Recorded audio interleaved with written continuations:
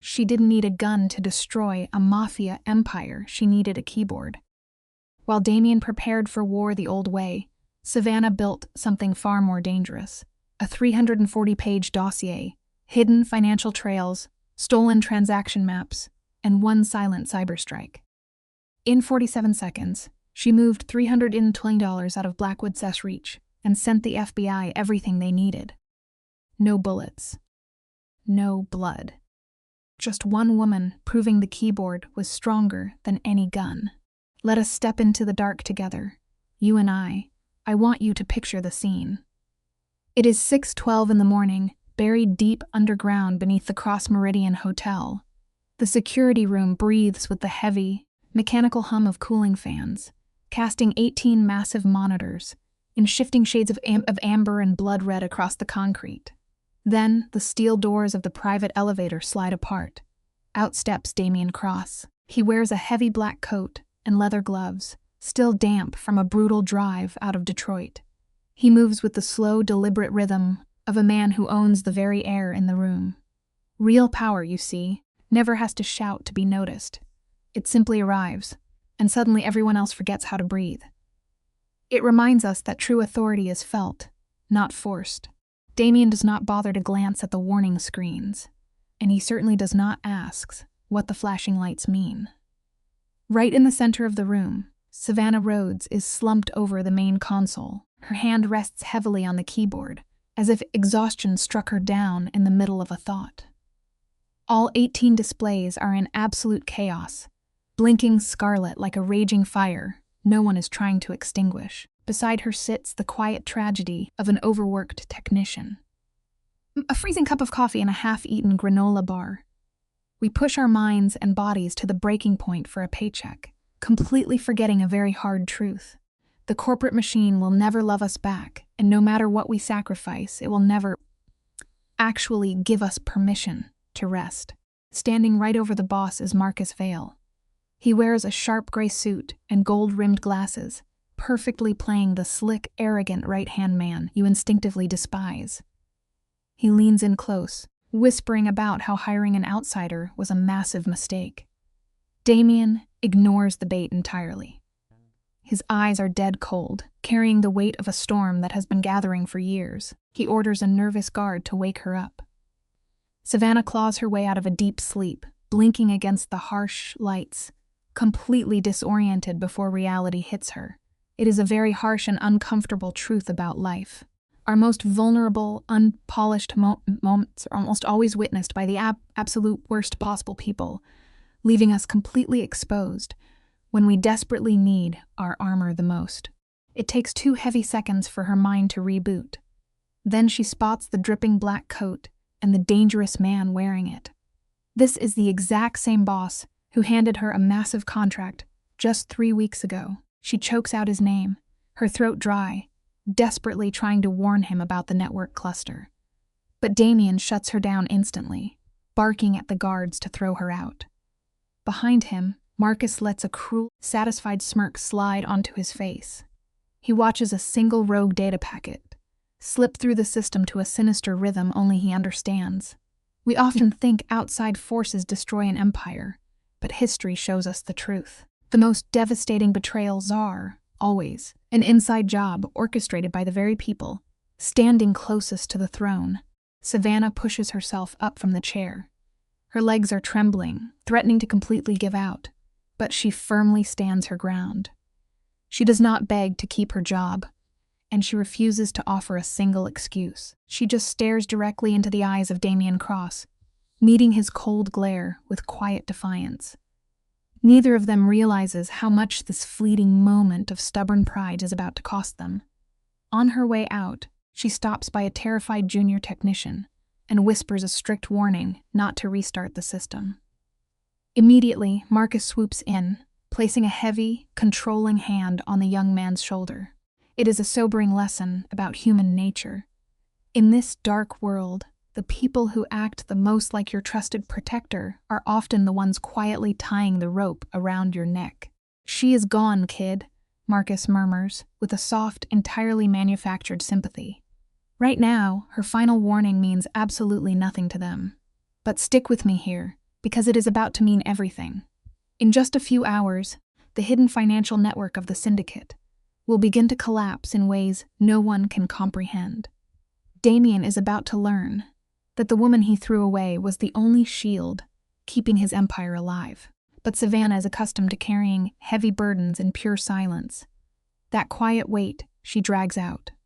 The door is a trauma she has held for 2 long years. We constantly make this tragic mistake. We blindly punish the exact people who believe us, simply because we are too proud to see the quiet sacrifices they make in the shadows.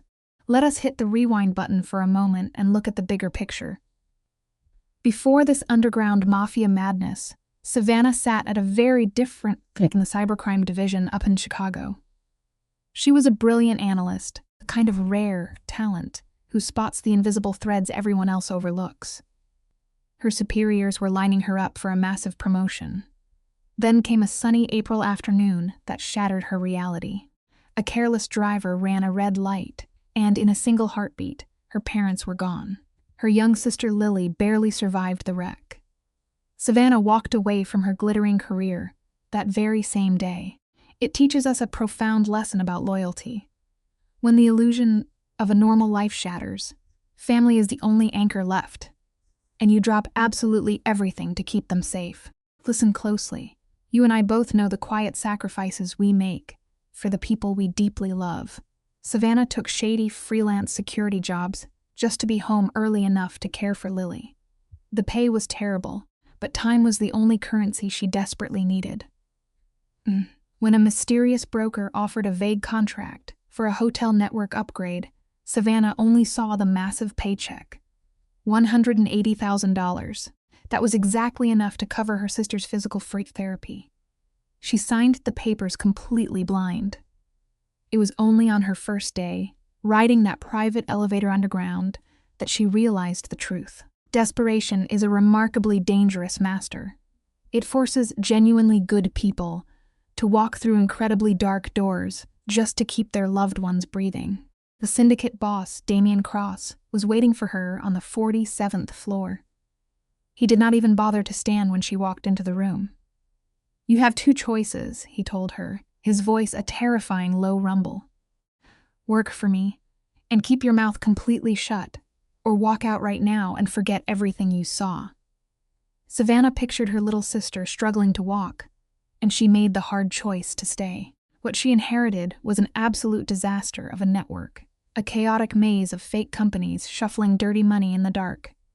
Marcus Vale acted as her guide, smooth, but carrying a ridiculously fragile ego. It is a fascinating aspect of survival. When your back is shoved completely against a brick wall, your personal pride vanishes, and you simply do whatever it takes to protect your blood. But Savannah was far from a rookie, and she watched Marcus closely. She noticed how he nervously rushed past the specific sections of the network, waving his hands and offering incredibly vague answers whenever she asked for hard details.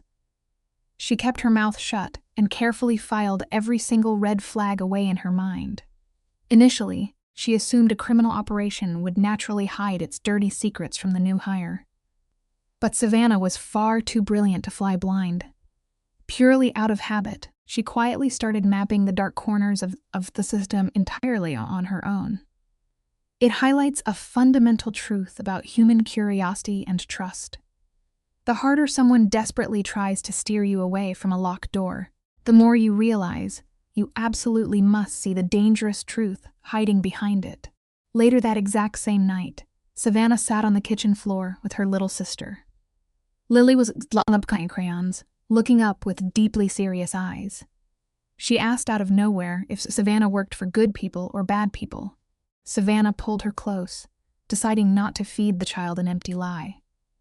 "I work to keep you safe," she said gently. Lily thought about it, then handed over a worn-out stuffed rabbit named Mr. Biscuit, whispering that he would watch out for her.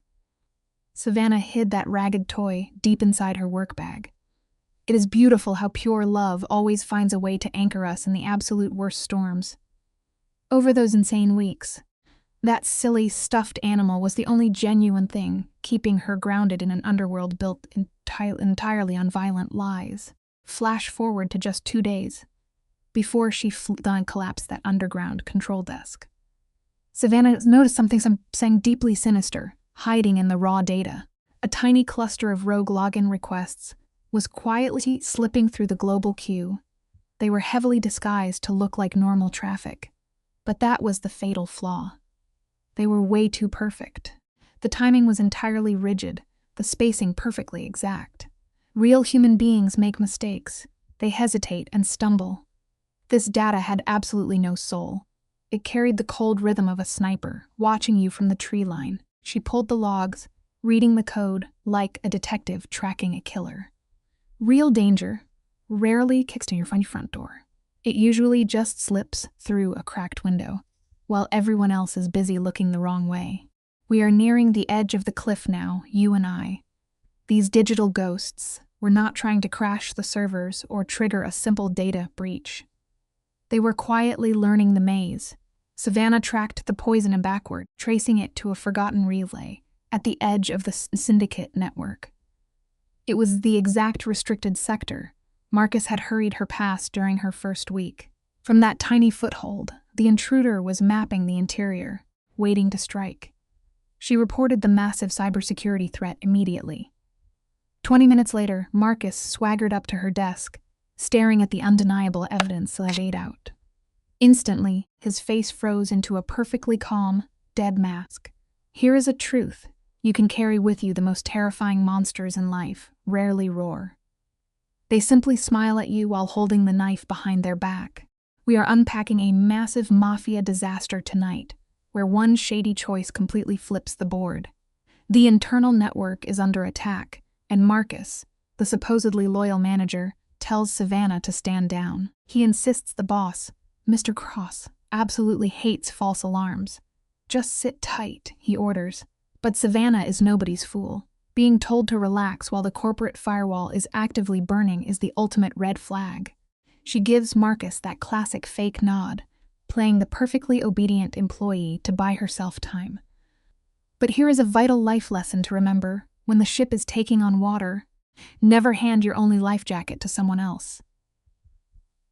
While Marcus assumes she is completely helpless, Savannah is typing at lightning speed in the dark, quietly coding an impenetrable digital fortress to save her own life.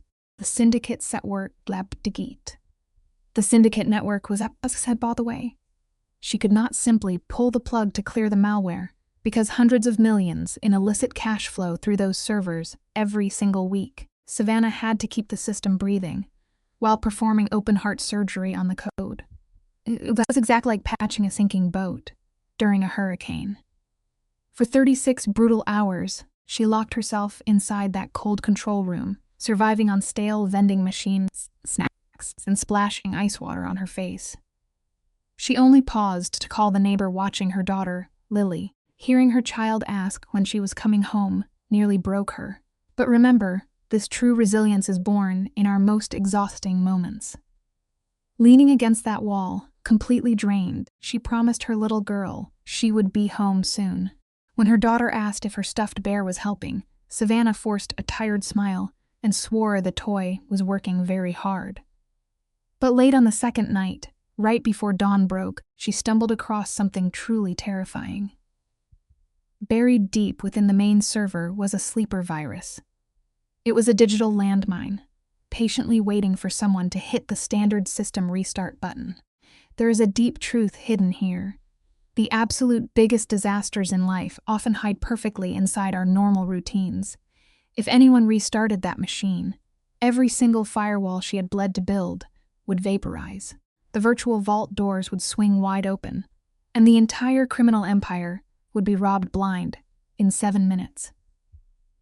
Frantic, she began logging the breach, stuffing her desperate warnings into a highly encrypted, hidden folder. She named this critical file the Rhodes Handover, leaving a massive warning on the final page. Do not restart. This is a trap. Call me first. Her plan was to march up to the penthouse at dawn and hand the evidence directly to the big boss, Damien Cross. No more shady middle managers. But at 5 a.m, pure exhaustion won. She dropped her head onto the desk, resting her eyes for just a minute. You and I both know how one tired mistake can permanently alter the course of your life. Fast forward to 6:12, and Damien steps off his private elevator. The man is pure intimidation, drifting past his crew like a ghost, burdened by a mountain of regrets. He heads straight into his private office, shuts the door tight, and immediately pours himself a tall glass of neat whiskey. It is early morning, and Damien is just staring out at the freezing lake, his whiskey completely untouched. 3 years ago, the brutal reality of the syndicate took his younger brother, Evan. The boy was only 24. Damien had brought him into the underworld because he desperately craved someone he could actually trust. Instead, Evan bled out on a cold warehouse floor during a police raid. That dark memory constantly eats at Damien's soul. The raid only succeeded because a security guard fell asleep at the monitors, leaving the cameras blind for exactly 4 minutes. Always remember this crucial lesson, son. One tiny moment of dropping your guard can cost you absolutely everything you hold dear. Those 4 short minutes were all the tactical team needed to bypass the motion sensors and completely destroy Damien's entire world. By the time the syndicate crew realized they were under attack, bullets were already tearing through the drywall and Evan was gone. Afterward, Marcus handled the internal investigation. He handed Damien a perfectly clean report, swearing the guard simply passed out from overwork. No informants, no elaborate setup. Damien desperately wanted peace, so he believed the lie. But the truth is always darker. Marcus had actively bribed that guard to look away. And when that exact same guard mysteriously drove his car off a bridge 2 weeks later, Marcus orchestrated that silence too. Evan dying was never a tragic accident. His blood was used as a twisted down payment. Marcus sold out the boss's brother to a rival family just to elevate his own status. Unchecked greed will always demand a human sacrifice. Damien remained completely blind to the betrayal. He genuinely believed a sleeping guard was the sole reason his brother died. Standing at the funeral, he forged a ruthless new law. For 3 straight years, he never broke it. Anyone caught sleeping on the job was instantly banished from the syndicate. 0 exceptions. It stopped being about security long ago. It was a memorial to his fallen brother. Now, in the quiet of the present, Damien tightly clutches his phone. He desperately wants to call the tech floor and review Savannah's recent security logs. But leadership is an incredibly lonely island. If he shows even a sliver of mercy now, the underworld will immediately smell blood. Sometimes, the strict rules we create to protect our grief end up trapping us in a silent prison of our own making. He slowly lowers the phone, leaving the expensive whiskey untouched. Marcus suddenly struts into the room, skipping the knock entirely, and tosses a folder onto the mahogany desk. He boldly claims the servers are perfectly fine now that Savannah is gone, bragging that he will personally manage the digital floor. Damien stares into the empty space and asks how fast they can replace her. Marcus smoothly promises 2 days. Damien gives a slow nod, but his gut is violently screaming at him. He remembers the raw terror in Savannah's voice, and Marcus's polished story feels entirely hollow. But here is a heavy truth. Sometimes we ignore our sharpest instincts simply to maintain the illusion of control. Down in the server dungeon, a clueless manager named Hutchins watches in pure horror as the massive cash flow abruptly freezes. Every ticking second risked millions in illicit syndicate funds. Hutchins begins to panic, loudly ordering a total system restart. The rookie coder, Eli, freezes up, reminding him that Savannah strictly commanded them never to touch that button. Hutchins aggressively snaps back, shouting that she was fired and her warnings mean nothing now. Standing in the doorway, Marcus watches his intricate trap finally snap shut. He actually smirks, playing the calm mentor, while encouraging them to follow standard protocol. Reluctantly, Eli hits the fatal key.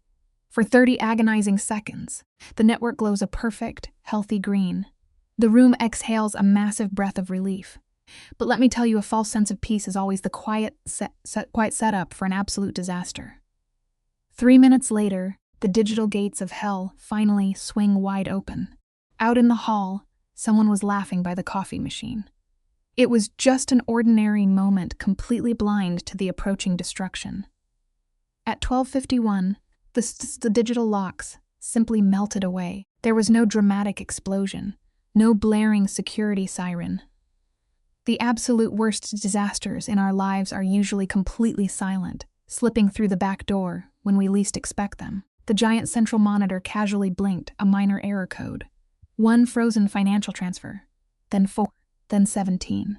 By 12:54, the magnificent digital fortress Savannah had sacrificed her sanity to build violently collapsed. The intricate architecture snapped like dry timber. Every single virtual door she had securely deadbolted blew completely off its hinges. The ghost hackers casually strolled right into the syndicate's main vault. Stick with me, because this is where the web of lies completely unravels. In a matter of minutes, $14 million literally evaporates into the digital ether. The cash is siphoned from the syndicate's reserves and scattered across untraceable ghost accounts overseas. Suddenly, the quiet server room erupts into an absolute nightmare of shrieking alarms and strobing red lights.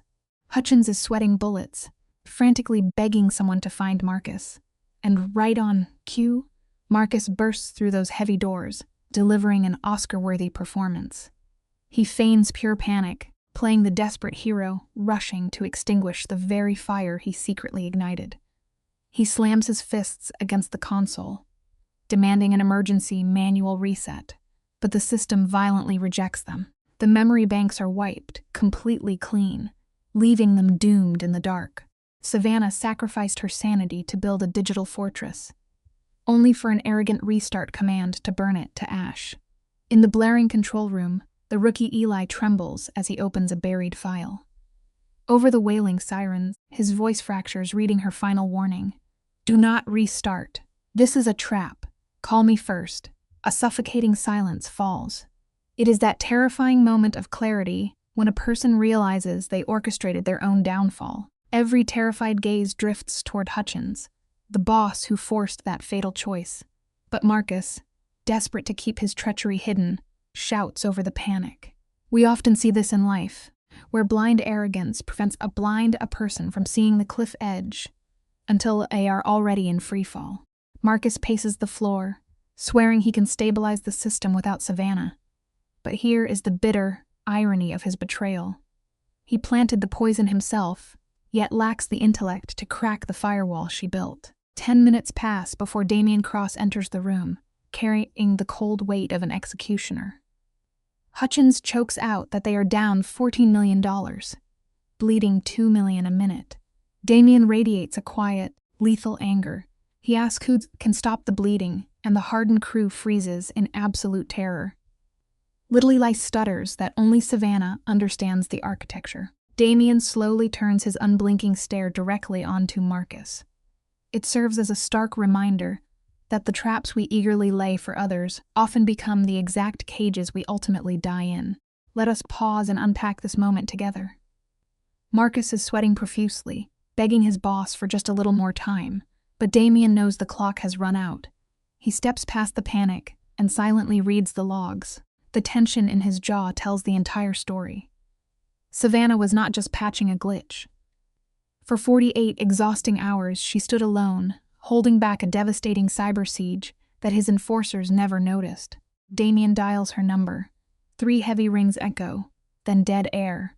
In the shadows, Marcus slinks away like a cornered rat, shooting off a burner text to permanently lock her out. It is a brutal but necessary lesson about human nature. The people who perform the loudest displays of loyalty are frequently the ones hiding a sharp dagger right behind your back. Marcus quietly executes his backup plan, sending a kill order straight to the hitman, Silas Blackwood. Damian snaps out of his silence, demanding his driver pull the car around immediately to find Savannah. Marcus actually has the audacity to step in their path, attempting to frame her as the true threat. Damian does not even grace him with a full look. He simply states that she is not the danger here, leaving Marcus to stew in his toxic malice. Miles away, Savannah sits in the back of a dark car, completely numb. Her chest heaves as her racing heart echoes in her ears. We must remember that sometimes life forces you into a state of total collapse, just so you can finally learn how to rebuild your strength from the absolute ground up. Savannah desperately dials Rebecca over and over, getting nothing except a cold, robotic voicemail. 5 agonizing minutes drag by before she reaches her perfectly organized apartment. We all recognize that coping mechanism. Sometimes keeping your space ridiculously clean is the only way to pretend your world is not fracturing. As she steps inside, her little sister Lily tackles her with a heavy embrace. Nora, their older neighbor, takes one look at Savannah's pale, shattered face and immediately understands. She asks no invasive questions. She just leaves a warm bowl of soup and promises to check back later. It is a profound lesson in true empathy, sometimes the absolute greatest support you can offer. A broken person is stepping back and giving them the quiet space to breathe. Savannah steps under an ice-cold shower, needing the physical shock just to stay tethered to reality. Exhausted, she crashes onto the worn sofa. Little Lily quietly tucks a soft blanket around her. 40 minutes of fragile peace pass before the doorbell shatters the quiet. Savannah jumps up, hoping it is just Nora returning. But as she peers through the peephole, her blood turns to ice. 2 massive men in heavy black coats loom in the hallway. The larger man wears a practiced, deeply unsettling smile. She opens the door a fraction of an inch, and he greets her by name with a forced, artificial warmth. It is a timeless truth of human survival. When a stranger's energy feels fundamentally wrong, it is almost always because absolute danger is standing right at your threshold. The man at the door calls himself Victor, wearing the polished mask of an elite private wealth fund. He casually mentions Savannah losing her job, framing her cybersecurity skills as a tragic waste. But Savannah is no amateur. Her survival instincts flare, and she throws her weight against the door to shut out. A heavy boot stops frame. Victor offers $500,000 to compromise the crime syndicate network. She cites her confidentiality agreement, and he just laughs. And then, the fatal error occurs. Young Lily calls out from the narrow hallway. Victor's gaze shifts instantly from a businessman to a ravenous wolf. There is a brutal truth in this world we all eventually learn. The moment you reveal what you love most to a predator, you hand them the exact weapon they need to completely destroy you. Moving in a blur of pure panic, Savannah forces the heavy wood shut and slams both deadbolts into place. She scoops up Lily, sprinting down the hall to the bathroom. But this is not just a washroom. It is a makeshift panic room.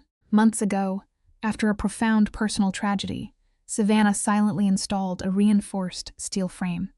It is a tragic aspect of human nature that we only ever build our highest, thickest walls after our hearts have already been shattered, hoping we never have to bleed that way again. Outside, the polite knocking dissolves into a violent, splintering assault. A muffled voice commands the men to initiate their backup plan. Savannah's stomach plummets as a sharp, metallic grinding echoes through the quiet apartment. The intruders are methodically picking the front door lock.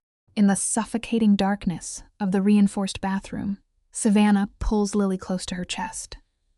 The little girl is trembling violently, yet she refuses to cry, quietly whispering to ask where her favorite toy went.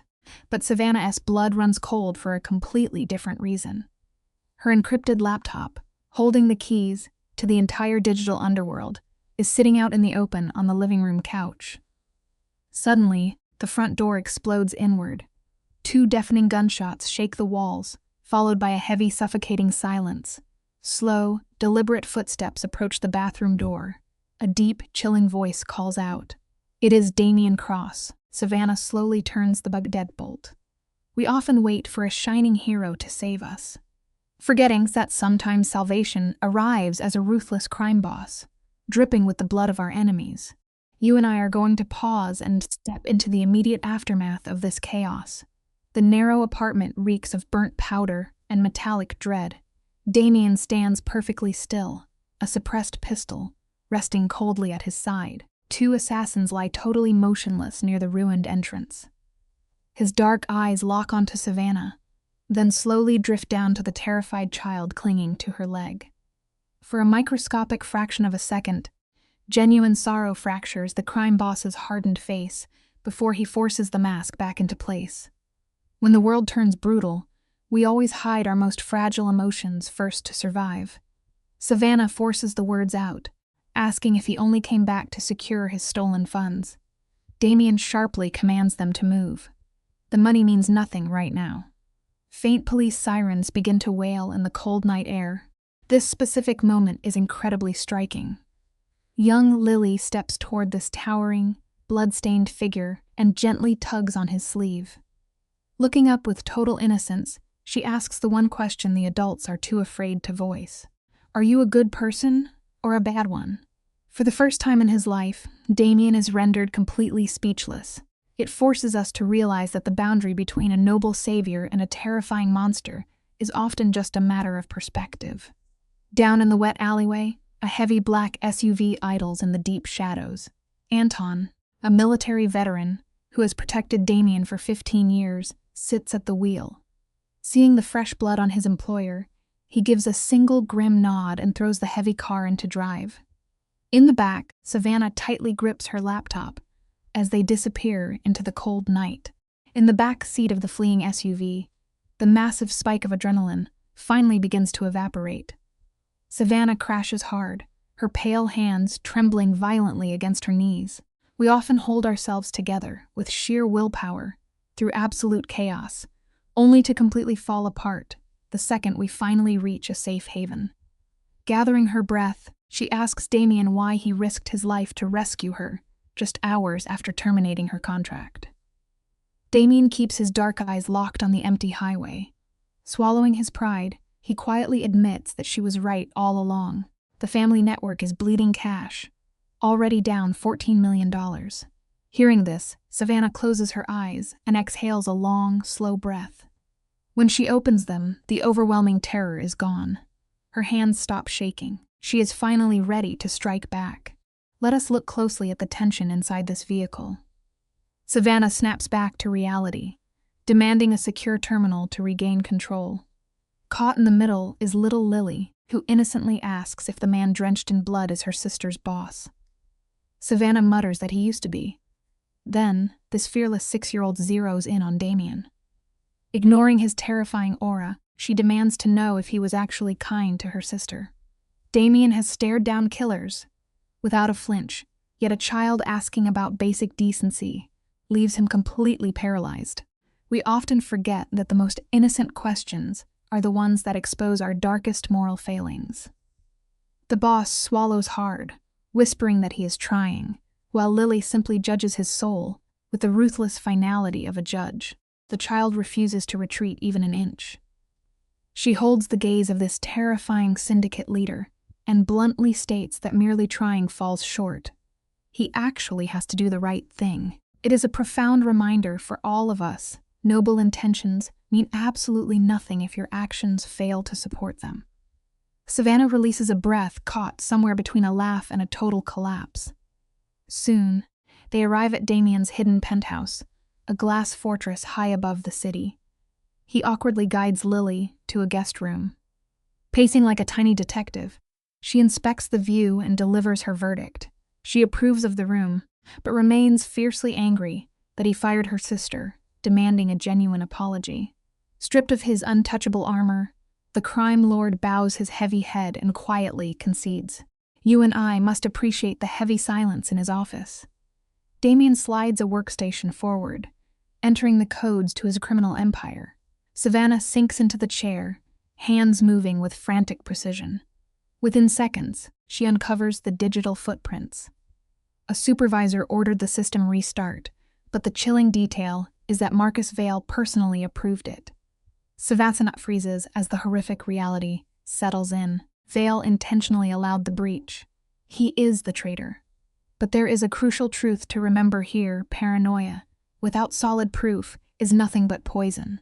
Accusing a Mafia lieutenant without undeniable evidence is death sentence.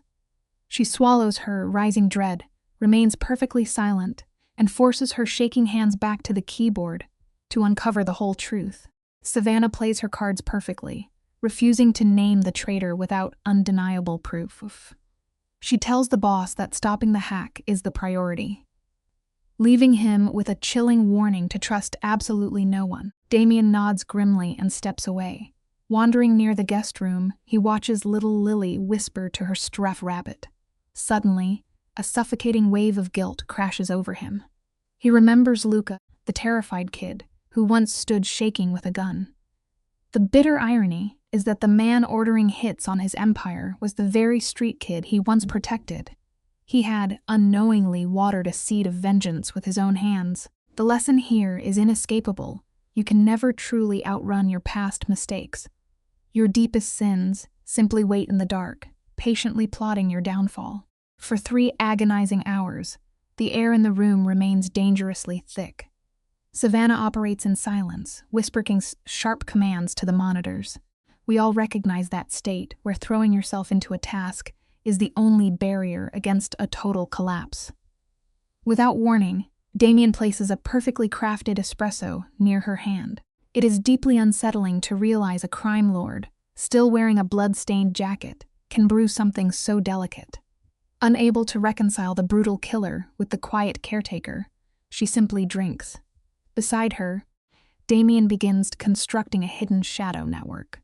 She hands him 3 crucial names to trust, 2 of which are entirely unknown to her. The takeaway here is fundamental. Never place your blind faith in strangers when your life is on the line. The final name is Eli Park, the only man who proved his loyalty when the syndicate crumbled. Savannah trusts him to anchor their last defense. She executes her countermeasures with clinical precision. First, she traps the malicious outbound connections, knowing you never alert predators that they are being hunted. Next, she constructs a phantom pathway to trace the stolen $14 million. She begins rewriting 23 security protocols to lock down the system. But right on the 17th lock, her fingers freeze.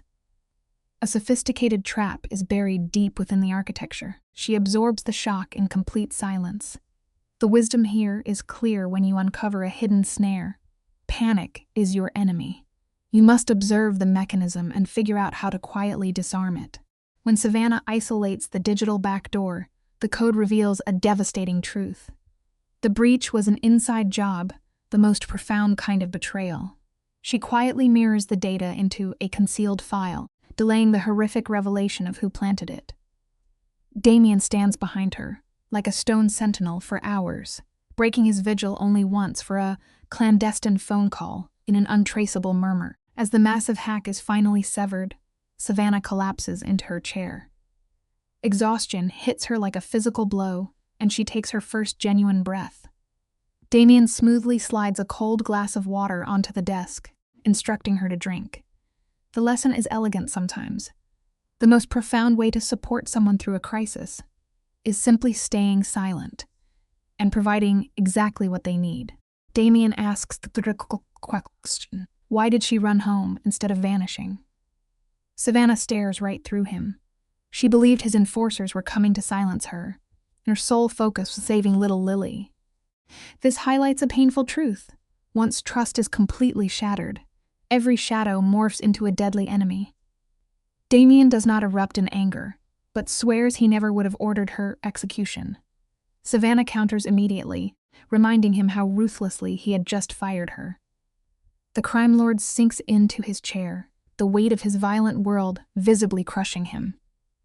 Dropping his impenetrable armor, he speaks of his late brother Evan, a 24-year-old, who only wanted to be an architect. Slowly, he begins to recount the staggering tragedy that burned his former innocence to ashes. Damien's voice turns hollow as he describes a guard who fell asleep for 4 minutes. That microscopic window allowed a rival faction to assassinate his brother. At the funeral, Damien forged a draconian law: if you fail your post, you are exiled forever. The pieces lock into place for Savannah. His earlier cruelty was not the hallmark of a cold monster, but the scar tissue of pure grief masked as discipline. It does not absolve his sins, but it grounds him in humanity. When she asks about their next move, Damien looks her in the eye and begs her to work for him permanently. But Savannah anchors herself to a core life lesson: never compromise your family's safety for any amount of money. She flatly refuses to drag her sister into his suffocating world of shadows. Desperate, Damien outlines massive concessions to shield her from the syndicate's brutality. He proposes remote access, round-the-clock security, and pledges to bankroll a legitimate tech firm for her. Savannah lets his promises hang in the silence. She glances at Lily, sleeping peacefully with her stuffed rabbit. Her ultimate decision is detached from the allure of his wealth.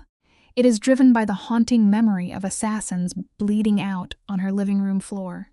This forces an uncomfortable life lesson sometimes. You must align with a lesser evil, simply to survive the night. It is the cold mathematics of survival. Their mutual enemy, Blackwood, is a relentless predator. If Damien's empire crumbles, Blackwood will inevitably hunt Savannah and her little sister to the ends of the earth. The crushing reality of their situation settles in. Savannah and Lily remain safe only as long as this crime lord stays breathing to hold back the wolves. Meeting his gaze, she agrees to stay, but her voice is forged from steel. She dictates her own terms. Grabbing a notepad, she writes 3 unyielding boundaries. First, Lily remains ignorant of the underworld. To her, Damien is merely a boring hotel executive. Second, the violence stays quarantined in the shadows. Third, she retains the power away with 1 week of notice, severing all invisible strings. This brings us to a crucial life lesson: never enter a dangerous negotiation without establishing rock-solid boundaries first. The formidable syndicate boss merely stares at the paper, quietly absorbing her bold demands. The syndicate leader does not argue. Damien takes the pen and signs his name. You and I must appreciate the irony. A ruthless man who was destroying enemies hours ago is now binding himself to a contract, like a common lawyer. He adds only 1 rule. If she senses a threat, she must report it instantly. 0 secrets. Looking into his eyes, Savannah sees a fractured man whose brother perished because someone stayed quiet. She agrees, reinforcing a critical life lesson.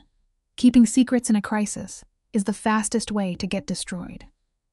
Meanwhile, miles away in the freezing urban decay, the traitor Marcus Vale sits in a darkened vehicle.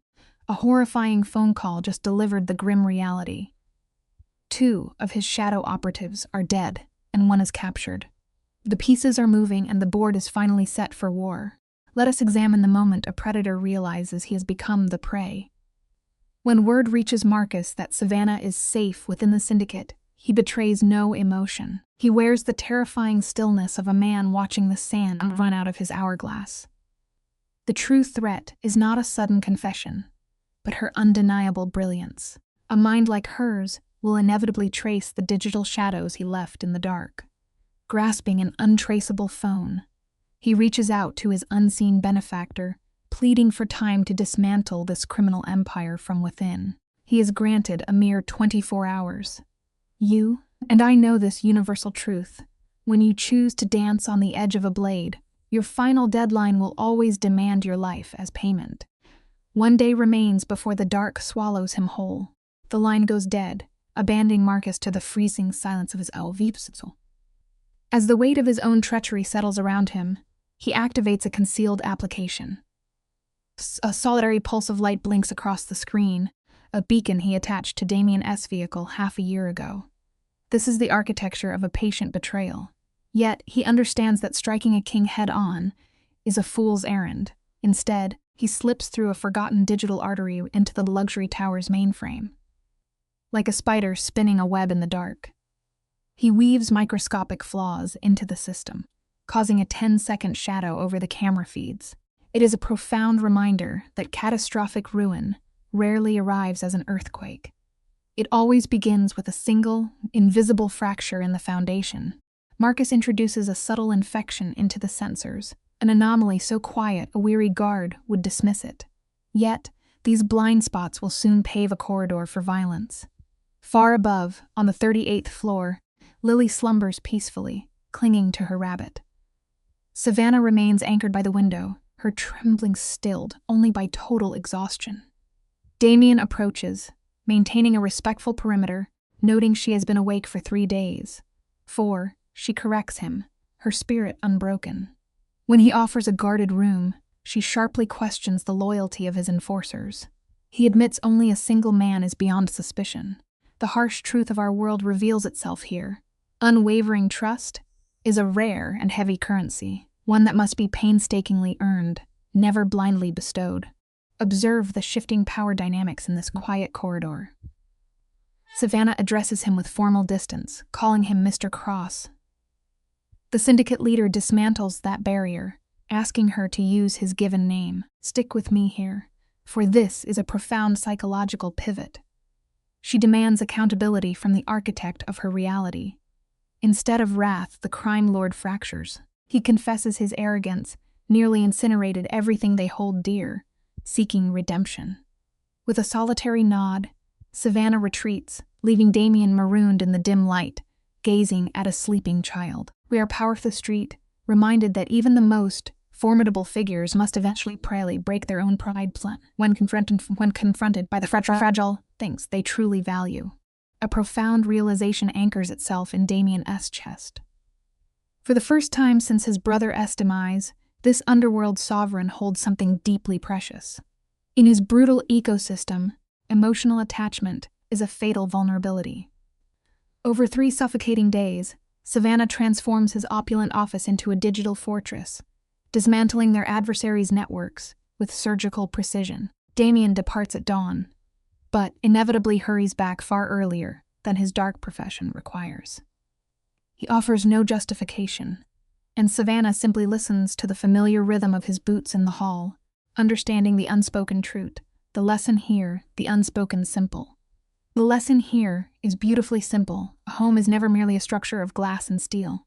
It is the steady presence of someone who offers you sanctuary while the rest of the world burns. Consider the tragic absurdity of this scene. A child, who should be mastering crayons, is being conditioned to survive a siege. Savannah transforms the dining table into a covert academy. Amidst basic arithmetic, they engage in a psychological exercise Lily innocently names looking. In truth, Savannah is molding a miniature analyst of threats. On the second evening, Damien lingers by the counter, nursing dark coffee as he observes this surreal curriculum. Savannah prompts the child to identify environmental changes, and Lily pinpoints a relocated lamp with the cold precision of a veteran observer. It is a deeply agonizing realization. True innocence is invariably the first casualty when a child is forced to sacrifice the light of their youth, merely to ensure the survival of those they love. The fundamental law of this sanctuary is absolute vigilance. After the child is asleep, the atmosphere thickens with unresolved friction. Damien fixes his heavy gaze upon Savannah, accusing her of weaponizing a child for war. Savannah meets his intensity, declaring that reality offers no mercy to the blind. Damien, intimately familiar with this darkness, references her grueling history in espionage.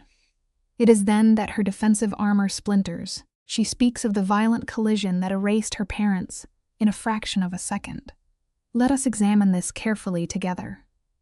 Shared trauma is a profound mechanism. He grabbed his shirt. It possesses a melancholic power to tether 2 fractured souls, forcing them to find a shared language of survival in the absolute darkest chapters of their lives. Damien makes no effort to stem her sorrow, sitting in quiet solidarity. She unearthed the most agonizing fragment of her past, the memory of her brother fading on the pavement because she was 10 minutes too late. In this unshielded moment, the terrifying mobster vanishes, leaving only a fellow survivor draped in tailored armor.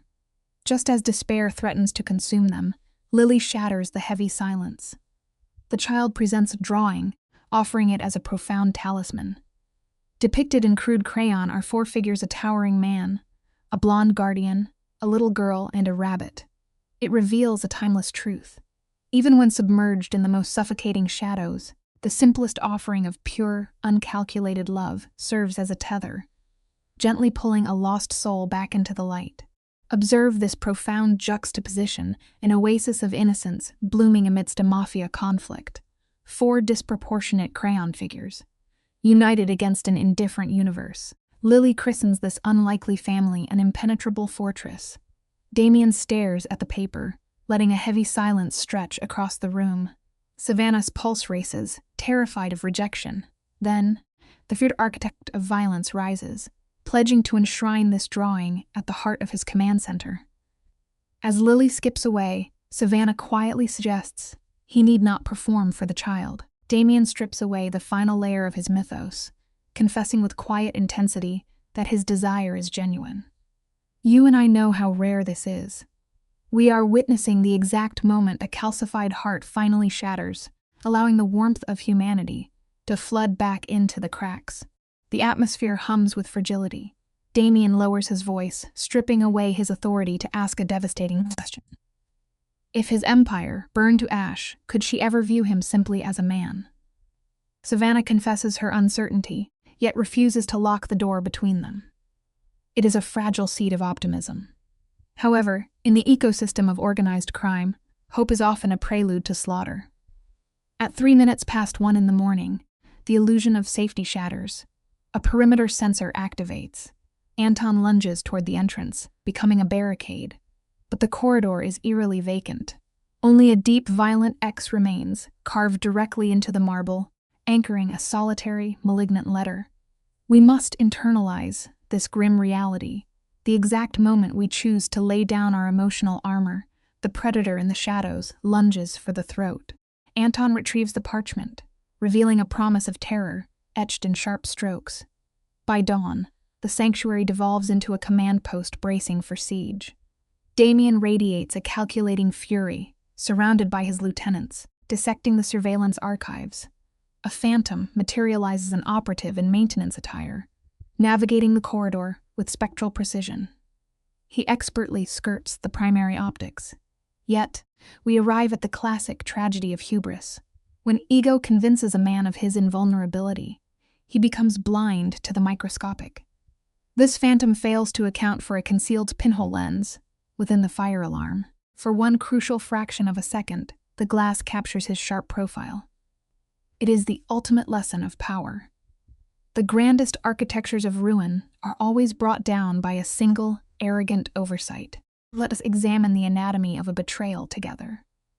A fraction of a second is rarely enough to condemn a man, but Savannah operates on a different frequency. When Damien demands a name, she swallows the truth. She slows the footage to an agonizing crawl, isolating a distinct twitch in the suspect's shoulder at every doorway. It is a biological signature, yet she remains silent. She understands the cycle of violence. In this underworld, a guest name becomes a death sentence for the innocent, while the true architect escapes. Rather than yielding to rage, she feeds years of syndicate footage into a military-grade analysis algorithm from her federal past. The profound lesson is clear. True justice ran reckless the quiet discipline of facts, never the reckless fire of emotion. Processing 200 syndicate profiles requires a full day. For a patriarch like Damien, waiting is a psychological prison. He immediately suffocates the exits with enforcers, creating a pressure cooker of toxic paranoia. Little Lily has not seen the sun in a week, and honestly, her absolute silence is a devastating tragedy. Savannah confronts Damien with a harsh reality. When a child folds their trauma into quiet little boxes, you must shatter the pattern. Defying his survival instincts, the boss concedes. He chooses a loud ice cream parlor on a crowded pier, hiding his family in plain sight. We learn a powerful truth here. Sometimes the greatest shield is not a fortified wall, but the courage to risk everything for the people we hold dear. As Anton parks the armored transport, 3 enforcers dissolve into the crowd like phantoms. Lily eats her ice cream with profound solemnity, announcing her stuffed rabbit is training to be a bodyguard. It is a heartbreaking reflection of the violent world shaping her innocence. Yet, a remarkable shift occurs. Damien, the ruthless punisher, softens his voice.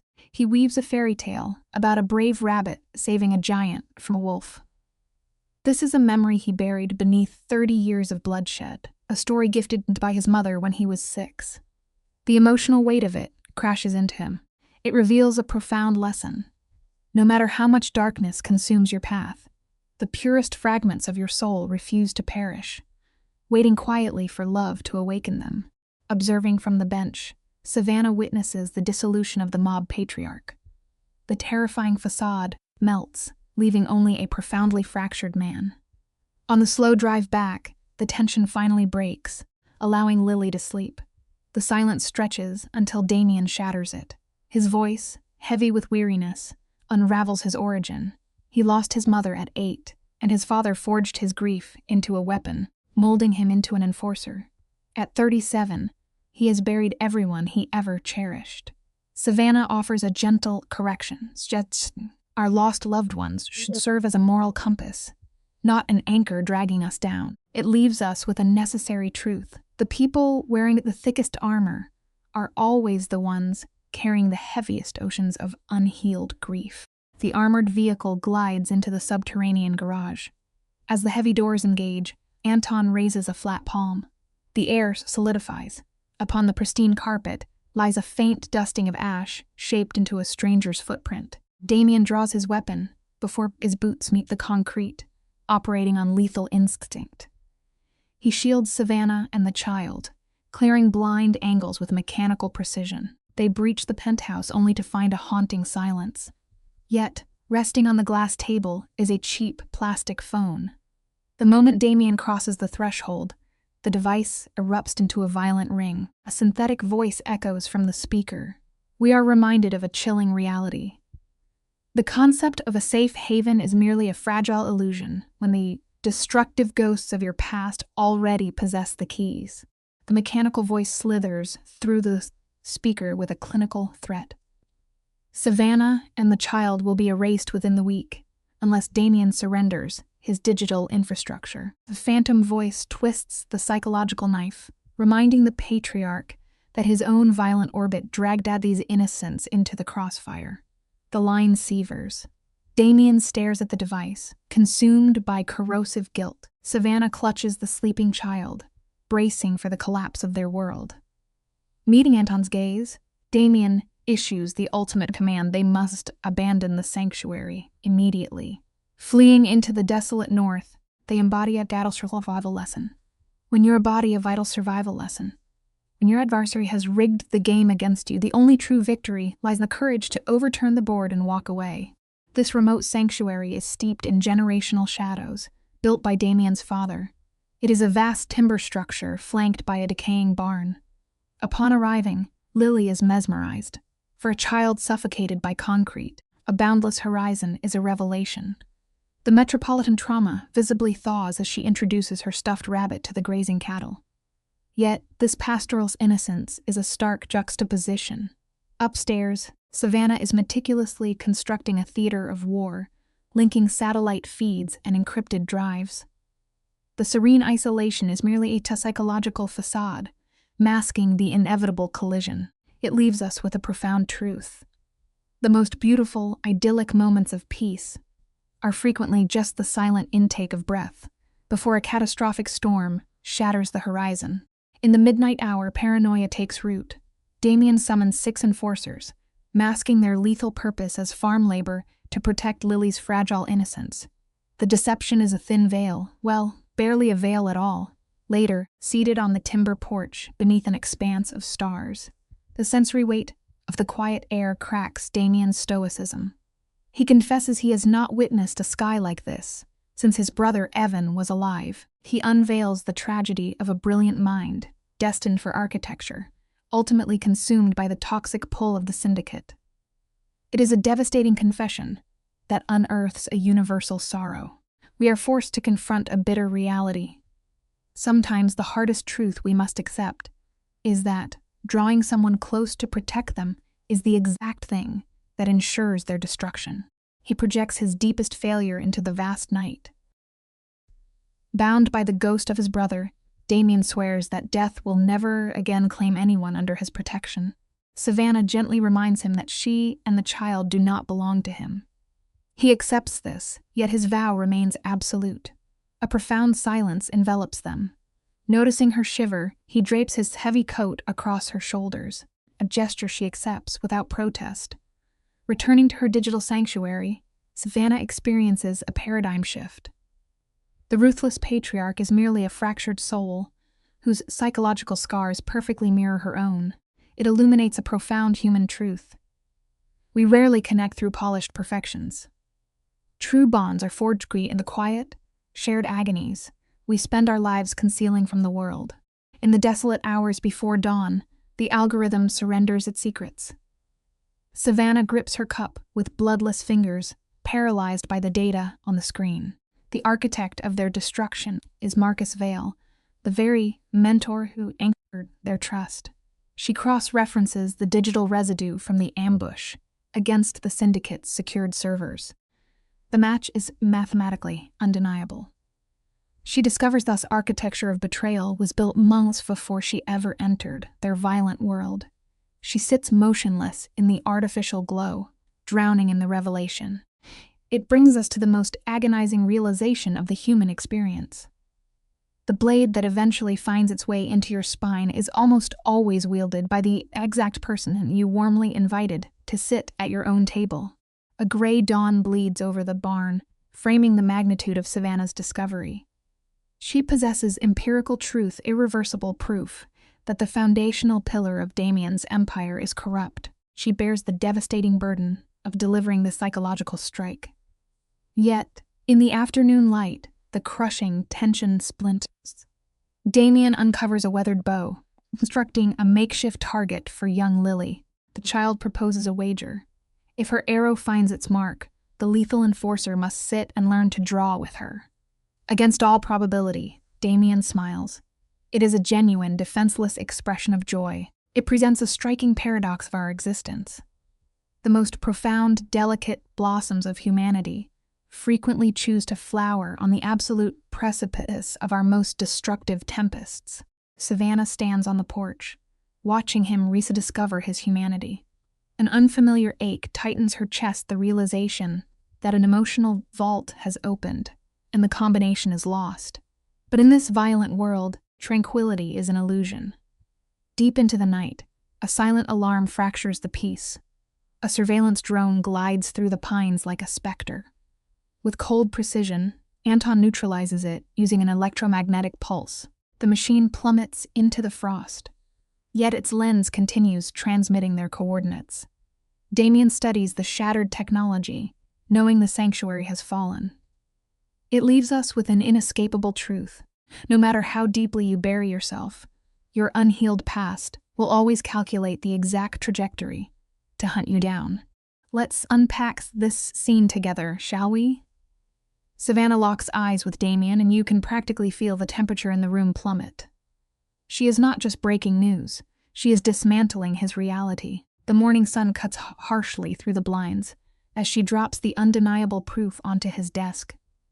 We are talking encrypted files, digital trails, and raw video evidence showing that Marcus Vale sold them out months ago. She delivers this nightmare with the clinical precision of a surgeon. It is brutal to witness. But here is the profound truth about betrayal. If you do not expose the rot immediately, and with absolute honesty, the infection will eventually consume you. You must face the ugly truth head-on, no matter how much it burns to look at it.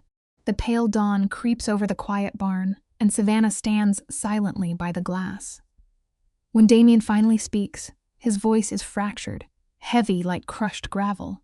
He shared Sunday dinners with Marcus for 3 years. It was Marcus who covered up his brother's death. You can see the psychological puzzle pieces snapping together in Savannah's mind. She realizes Marcus weaponized Damien's deepest trauma. Damien grips a pen until it shatters in his fist, consumed by the pure agony of realizing his trusted father figure engineered his darkest nightmares. He vows to eliminate Marcus right now, but Savannah stands her ground and refuses. This moment proves that true strength is not found in a sudden explosion of violent rage. It is found in the quiet, absolute discipline of holding the line. You and I know that revenge is a raging fire, begging to be fed the moment it sparks. But Savannah is playing a much deeper game. If Damien charges in blindly, the syndicate will crush them. Instead, she demands he play dead, letting Marcus believe his betrayal worked. She even offers herself and Lily as bait. Damien freezes. Every instinct is screaming at him to obliterate the man who sat at his table, yet he swallows the venom and agrees. For the next 18 hours, Savannah feeds a crashed drone false coordinates to an empty grain silo 20 miles away. It is a masterful redirection. The lesson here is profound. When your anger demands a sudden, violent explosion, the wisest choice is always to take a quiet breath and construct a far deadlier trap. Consider the quiet tension of this setup. The abandoned silo is a perfect void, dead quiet and entirely hollow. Damien orchestrates a masterclass in deception, hiding 12 enforcers in the shadows before dusk. When dawn breaks, Victor arrives with a 6-man squad. But here is the chilling twist. Marcus is completely missing. The ambush triggers, and the chaos finishes in 90 seconds flat. 2 men are erased, 4 surrender, and Victor takes a brutal hit to the thigh before raising his weapon. Damien drags him away for a dark interrogation, while Savannah monitors the radio miles away. 2 hours later, Victor finally breaks. It reminds us of a simple, enduring truth about survival. You should never walk blindly into a quiet room without making sure you check the corners first. Victor collapsed under the pressure. Instantly, desperate to save his skin, he compromised the safe house and laid bare the intelligence Marcus fed him. Then he delivers a revelation that shifts their entire moral reality. The reason Marcus avoided the ambush? He was hunting down little Lily. The mentor who once tucked Damien into bed is now weaponizing a child to gain favor with the syndicate. It is the pinnacle of betrayal. The second Anton radios that detail, Damien contacts Savannah in sheer panic, warning her that Marcus is heading straight for the hidden farm. At that exact moment, Savannah is standing in the dusty hay barn, holding Lily by the hand. It is a harsh reality to swallow, but often, the people you choose to trust the most are the ones quietly holding the knife. We are about to see what happens when the past catches up to you. Savannah proves her absolute resilience here. Her voice remains steady as she received this terrifying warning. Outside, the guards lock down the perimeter, but Marcus is already inside. Damien's own father had revealed a hidden trail to Marcus decades ago, a blind spot no one else remembered. He is weaponizing their own family history against them. At 4:26 in the morning, the power is severed. The farm plunges into pitch blackness and the security systems flatline. Yet, Savannah does not flinch. Her ingrained survival instincts take over before her conscious mind even registers the dark. It is a profound lesson for all of us. Your unaddressed past will always return to haunt you, so you must cultivate the strength to stand firm. When the lights finally go out, Savannah transforms into a fierce protector, forcing Lily down behind a dense wall of hay. She draws her weapon, crouching low. Then comes that deeply unsettling sound, the heavy boots of a predator, making the old floorboards groan. In the dark, Marcus begins to taunt her. Savannah demands to know if he murdered Evan. The silence is suffocating, broken when Marcus coldly admits he orchestrated the hit. Hidden in the dirt, Lily lets a betrothed whimper. Marcus his attention toward the sound. Savannah fires blindly but misses. Marcus returns fire, and a bullet violently grazes her left arm. This moment strips away the complexity of their world to reveal one core truth. No matter how chaotic your environment becomes, your primary duty is always to shield the innocent people from the crossfire. The impact throws Savannah violently off balance. Before she can recover, Marcus closes the distance. He grabs Lily and presses his weapon to her head. You and I can agree there is no deeper horror than watching corruption threaten innocence. Suddenly, a deafening crack shatters the tension. Marcus freezes, a dark void appearing between his eyes before collapsing into the dirt. Up in the loft, Anton silently lowers a smoking rifle. Savannah scrambles forward, pulling Lily fiercely to her chest. The child, previously paralyzed by fear, finally breaks down into heavy sobs. Savannah rocks her in the shadows, promising absolute safety. An hour later, Damien's truck tears into the yard. It proves a profound truth. Real heroes do not seek glory. They simply arrive in the exact moment you need them most. Damien sprints across the yard, with desperate intensity, bursting into the barn. He finds Savannah slumped in the straw, using her teeth to tie off her bleeding arm with torn fabric. It is a striking display of resilience. Little Lily is curled up in her lap, gripping a stuffed toy. Damien drops straight to his knees in the dust. He does not demand an explanation or utter a single syllable. He simply wraps his arms around both of them, pulling them firmly against his chest. This is the very first time this deeply fractured man has genuinely embraced anyone since his brother was killed. The only sound is Lily weeping into his collar, softly calling him Mr. Cross. This moment perfectly illustrates that even the most hardened individuals require a safe harbor when their world finally shatters. We have witnessed what a cycle of violence does to the human psyche, but the quiet aftermath is what truly leaves a scar. Lily whispers to Damien that a hug makes him feel better, and his voice fractures as he agrees. It is a raw exchange, leaving Savannah staring at the rafters to hide her tears. Outside, Anton is erasing the scene with the chill efficiency of a man who deletes problems for a living. Hours later, the child is asleep. Damien and Savannah sit, paralyzed beside a cold stone fireplace. The physiological crash of adrenaline is devastating.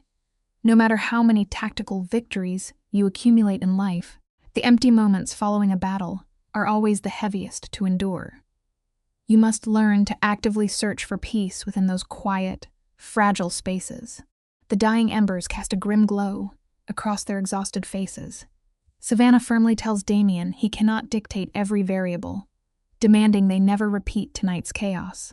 Damien quietly concedes. He then lays out the chilling reality.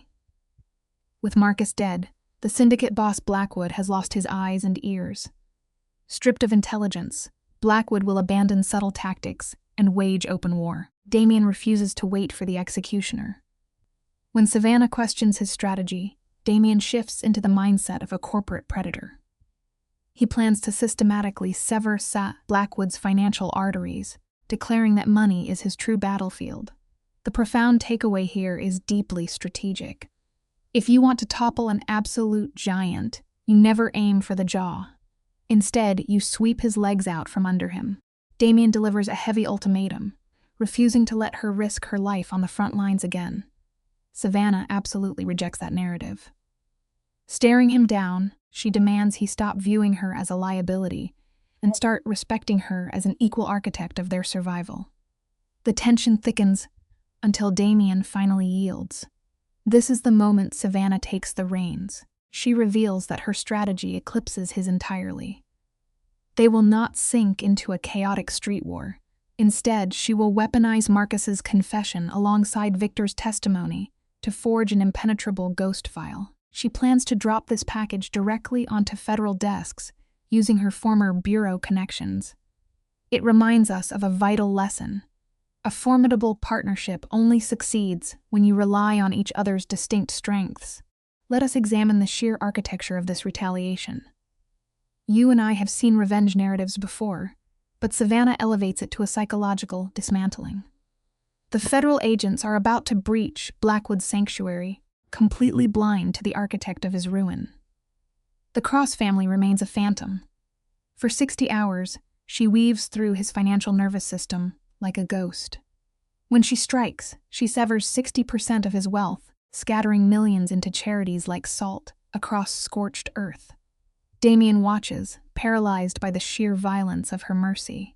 When he asks if she is truly walking away empty-handed, she meets his gaze, totally unbound by greed. The lesson is profound.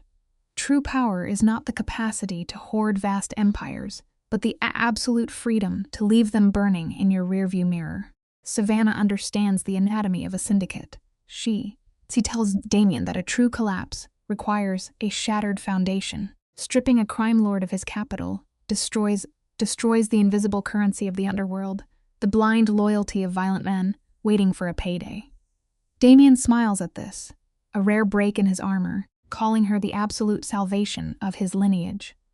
Savannah simply counters that she is the ruin of Blackwood.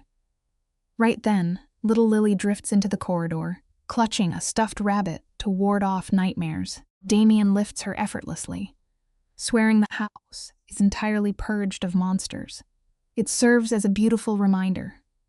You can become the ultimate terror of the wicked, but you must always leave a quiet, soft room in your heart to protect the innocent from the dark. Lily buries her face against his collar, demanding a quiet promise of safety. Watching them in the flickering firelight, Savannah crosses a profound psychological threshold. She stops running from the long shadows of this brutal world and decides to command them instead. We rarely get to choose the trauma that fractures our lives, but we hold absolute power over who we stand beside when the long night falls. For 3 days, the manor drops into a heavy silence. Savannah becomes an extension of the machine, moving through the digital abyss for 14 hours a day. Damien only appears to slip a warm bowl of soup beside her keyboard. He never breaks her focus. He simply anchors her to the physical world. Sometimes, the deepest form of love is quietly making sure someone survives while they dismantle a corrupt empire. Let us look at the geography of corruption. Savannah sinks into the black ocean of syndicate finances, pulling apart the rotting threads of their empire. She uncovers phantom banks in Malta, ghost ledgers in Cyprus, and hollow corporations laundering blood money through Panama.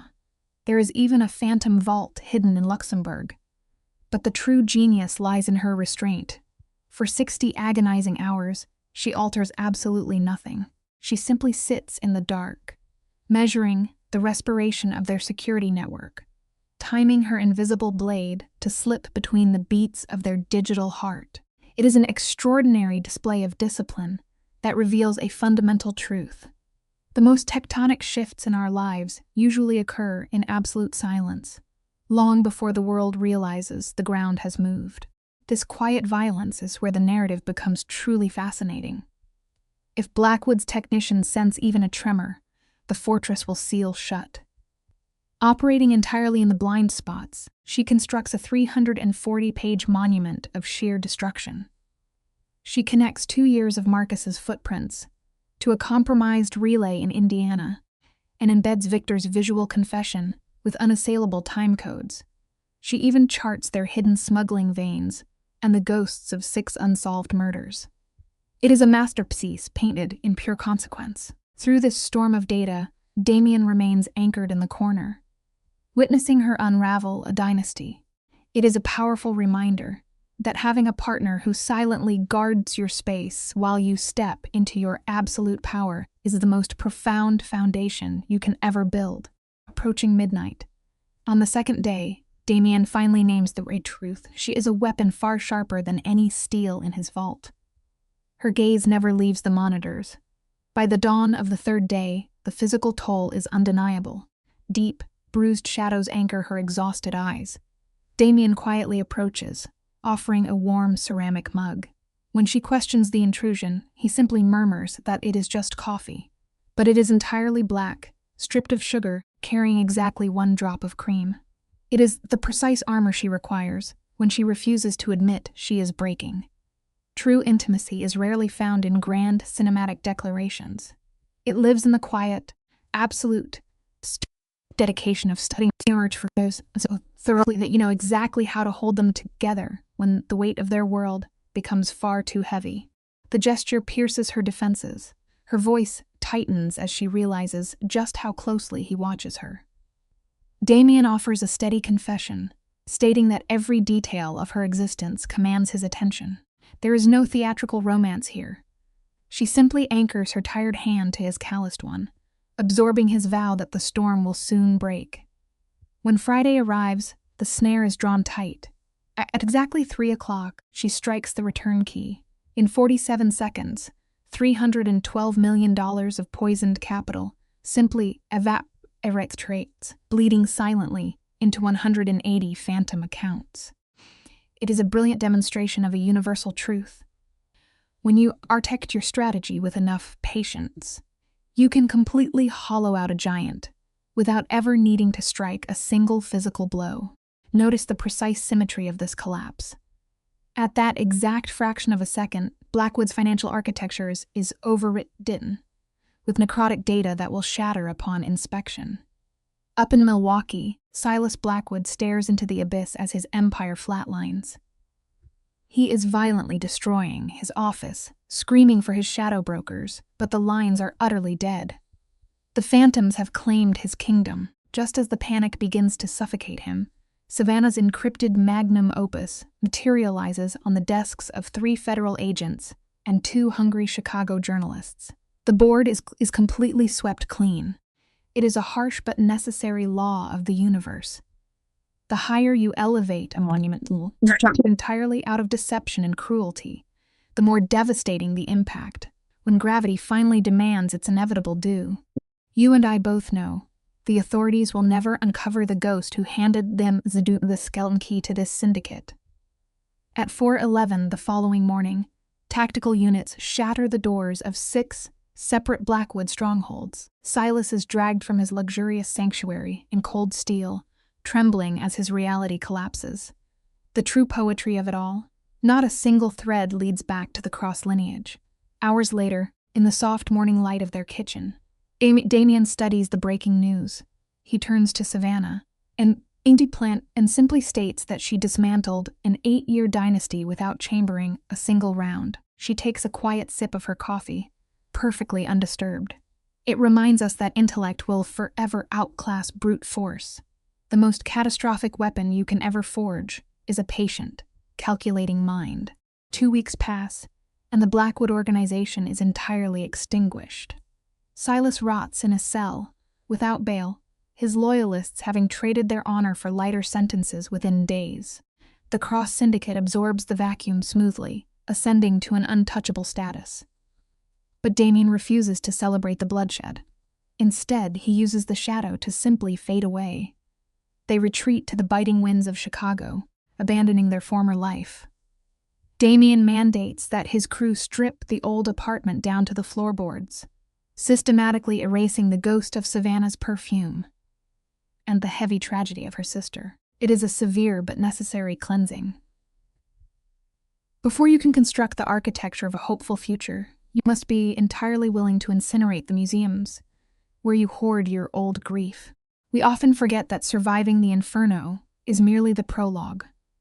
Learning to breathe in the quiet aftermath is the actual trial. They acquire a 3-story brick sanctuary in Lincoln Park. While obscured by corporate shells, Savannah alone holds the deed. Standing in the foyer, Damien places a solitary brass key into her palm, declaring that this is her sanctuary, not his.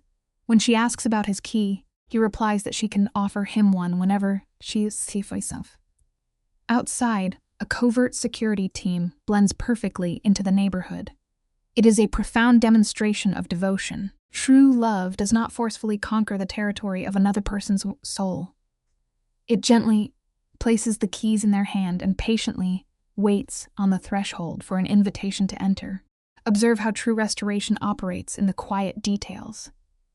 Young Lily commenced the playground by week 1, yet she still teaches classmates to sweep lamps for microphones. The paranoia of the underworld dies a slow death. Meanwhile, Savannah boldly claims the daylight, launching Rhodes Cyber Solutions as a legitimate enterprise, with Damien acting as a silent shadow. Enter Eli Park, her first recruit. He arrives drenched in anxious sweat, stammering an apology for executing a corrupt corporate mandate at his last firm. Savannah instantly severs that narrative. She reminds him that he voiced the truth, and his superiors simply chose blindness. It is a vital doctrine to carry forward in your own life. You must refuse to bear the crushing psychological weight of another person's absolute moral failure. Let's unpack this together. We see Savannah anchor her gaze on Eli, dismantling the heavy chains of obligation with a single, sharp truth. She tells him he owes her nothing. His stellar work is currency enough. It is a quiet lesson that true loyalty is never born from guilt, but watered by mutual respect. Meanwhile, miles away, Damien is actively torching the toxic foundations of the Cross Syndicate. He systematically uproots the suburban enforcers and scatters the blood-stained cash couriers responsible for last year's tragedies. He funnels a criminal river into legitimate casinos and hotels. Most profoundly, he severs ties with his own violent relatives. The lesson here is timeless. To build a stable future, you sometimes have to burn the rotting wood of the past. Damien is not miraculously transforming into a saint overnight. The beauty of this dynamic is that Savannah never demands perfection, only evolution. We see a simple truth unfold. Genuine effort to change is the highest form of love you can ask of someone. Autumn settles over the city as Damien approaches their townhouse, summoned by Lily via a folded index card left on his windshield, a move worthy of a miniature boss. Inside, the child orchestrates the evening like a high-stakes negotiation, arranging fancy plates and seating her stuffed animal without debate. When Damien knocks, he carries a sleek wooden recurve bow. In a brilliant stroke of irony, this gift of innocent focus was carved by the very hands that once crafted his father's lethal sniper rifles. Lily stares at the polished wood, tracing her carved name, before pulling the bow to her chest. Her wide eyes search his face as she whispers that he actually remembered. Damien meets her gaze, his gravelly voice softening to assure her that a promise is a promise. In the underworld he comes from, a kept word is a rare ghost. Later, wrapped in the cinematic glow of amber street lamps, Damien and Savannah step onto the balcony. The silence is heavy with unspoken questions. He finally asks if she regrets taking the contract that bound their lives together. She offers a gentle smile, admitting only to regretting a careless nap at her desk. Never the contract. And him? Never. It shows us that owning your choices is the only way to escape the prison of regret. She looks at him with absolute clarity, asserting that he is the furthest thing from a regret. Damien extends his scarred hand across the cold metal table, settling it gently over hers. The scene is stripped of dramatic cliches or sweeping zizif. It is merely a quiet, fragile truce that neither dares to shatter. The life lesson here is profound. The deepest connections often speak loudest in absolute silence, requiring no flashy labels to validate their weight. 3 peaceful months drift by in Chicago, but Savannah is not lulled into complacency. The Bureau taught her that silence is often just the calm before a storm.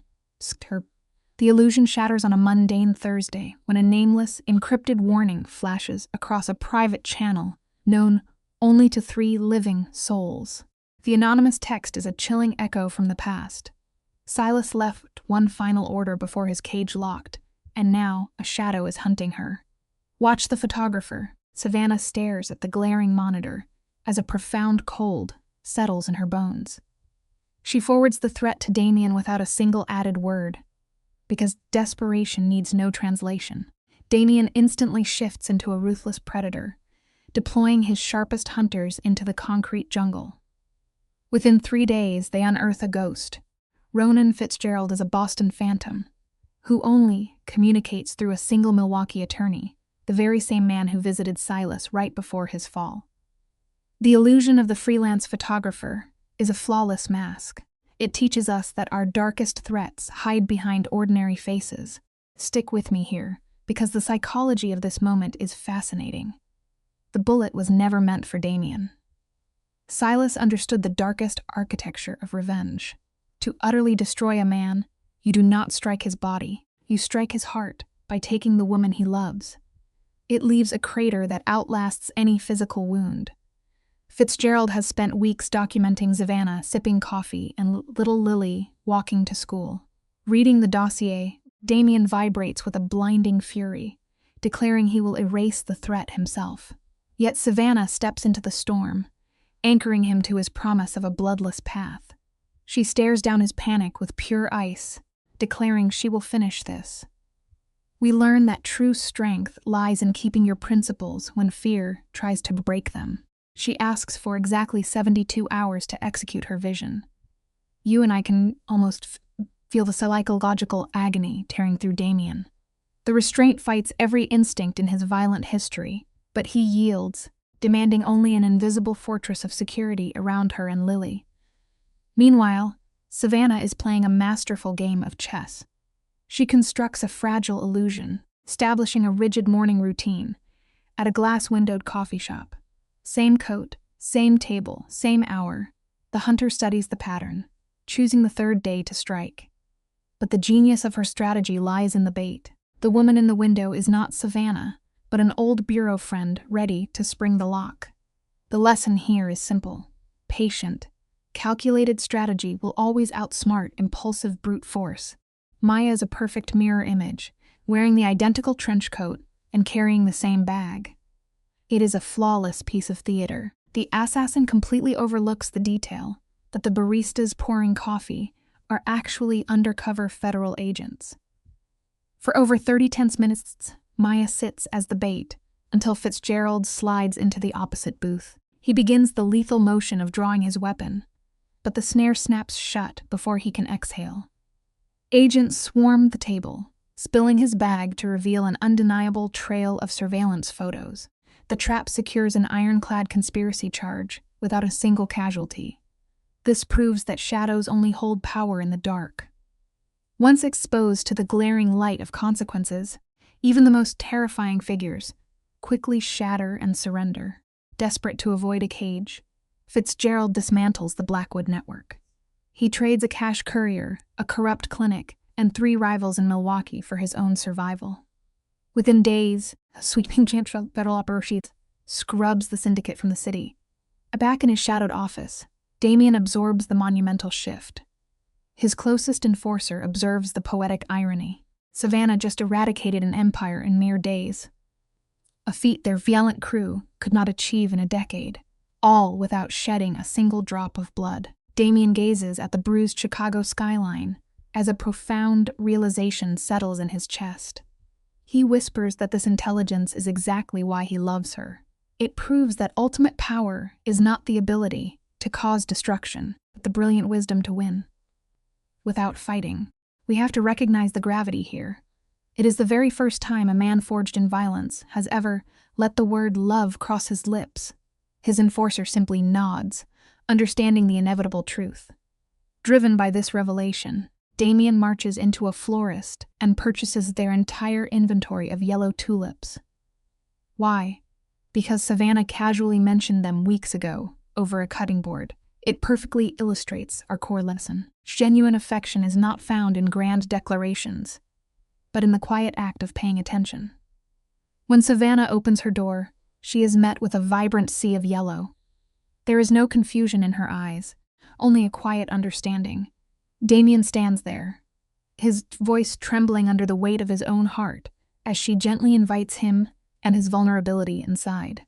Little Lily looks up from her artwork, taking in the sea of tulips and the sheer terror written across a formidable crime boss.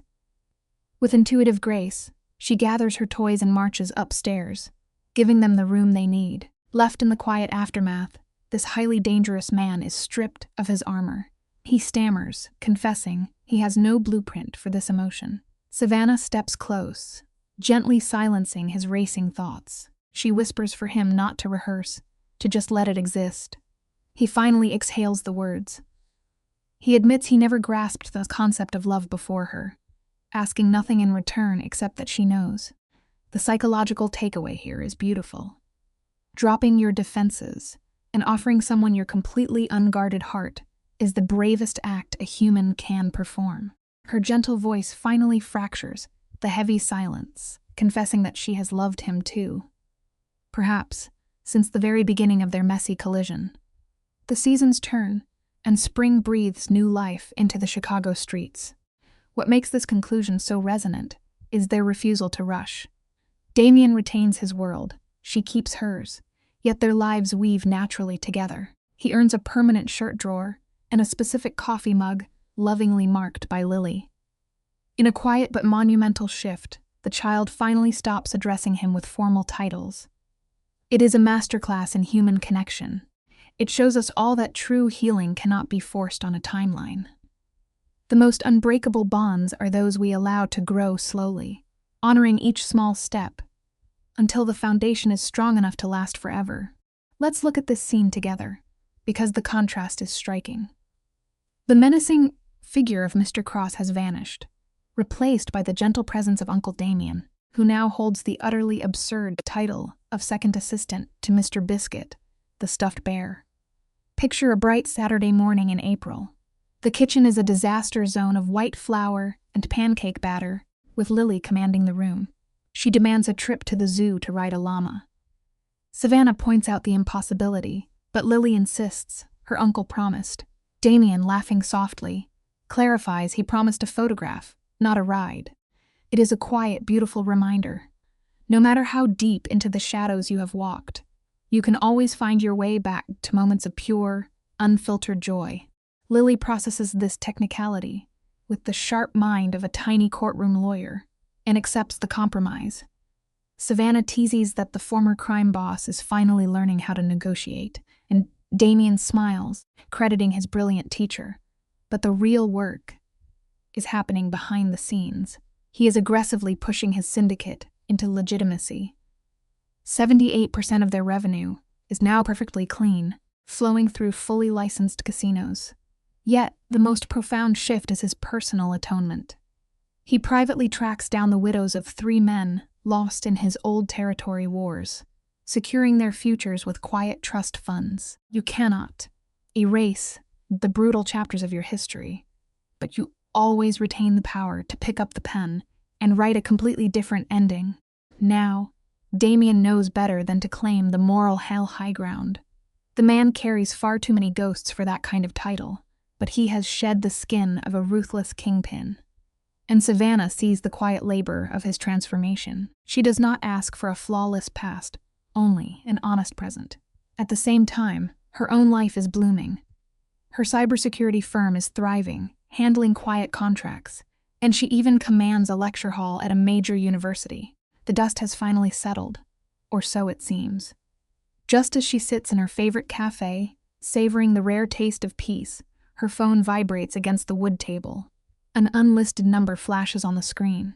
Life has a funny habit of throwing a massive curveball right when you stop looking for the pitch. The voice on the other end belongs to an agent from the Chicago field office. The shadows of her old hacker days have finally caught up with her. But here is the fascinating twist. The Bureau does not want to put her in handcuffs. They have tracked all her off-the-grid exploits, and instead of a prison sentence, they're offering her a highly classified consulting position. You and I need to look closely at this pivot because it changes everything about her character arc. Savannah sits perfectly still, watching the city move outside the glass, and calmly asks for time to think. She realizes this is an olive branch, a sign of profound respect. True strength is not about staying hidden in the dark forever. It is about deciding exactly how and when you step into the light. That night, Savannah steps out onto the cold balcony to share the heavy news with Damien. The federal government actually wants her on their payroll. Damien does not blink or pull away. He just studies her face, searching for what she really wants. She is caught in that agonizing space between absolute thrill and pure terror. Without hesitation, Damien reaches out, anchoring her with a promise that he will stand by whatever choice she makes. Just inside the glass doors, Lily sleeps soundly, completely sheltered from the high-stakes world her parents are navigating under the Chicago sky. This quiet scene holds a vital truth. Rushing to judge someone can destroy years of fragile trust. Sometimes, the most powerful thing one human can do for another is simply show up and listen. It takes immense courage to swallow your pride, apologize, and start over. This story is a beautiful study in second chances. It is a tribute to the unsung heroes who hold our fractured lives together without demanding applause. We see proof here that biology is not what makes a true parent. Your real family consists of the fiercely loyal people who stand as a shield between you and ruin. The takeaway is impossible to ignore. Hold tightly to those who stay when the storm hits. If you found meaning in this journey, leave a like on the video. Share this analysis with a friend who might need a reminder that redemption is real, and make sure to subscribe. Tell me in the comments below, have you ever felt unseen by your own inner circle? Let us talk about it. A major lesson from this story is that intelligence can defeat threats that violence alone cannot solve. Damien Cross is powerful, armed, wealthy, and feared. His world is built on force, territory, loyalty, and retaliation. Yet when the cross syndicate is attacked through its financial and digital systems, guns cannot stop the damage. The only person who can save the organization is Savannah, a former FBI cybercrime analyst whose weapon is knowledge. She reads traffic patterns, identifies hidden traps, traces digital fingerprints, builds defensive architecture, and later destroys Silas Blackwood's empire without firing a single shot. This teaches a strong educational message for modern audiences. In today's world, technical skill, critical thinking, and disciplined analysis can be more powerful than physical force. Savannah does not win because she is louder, stronger, or more feared.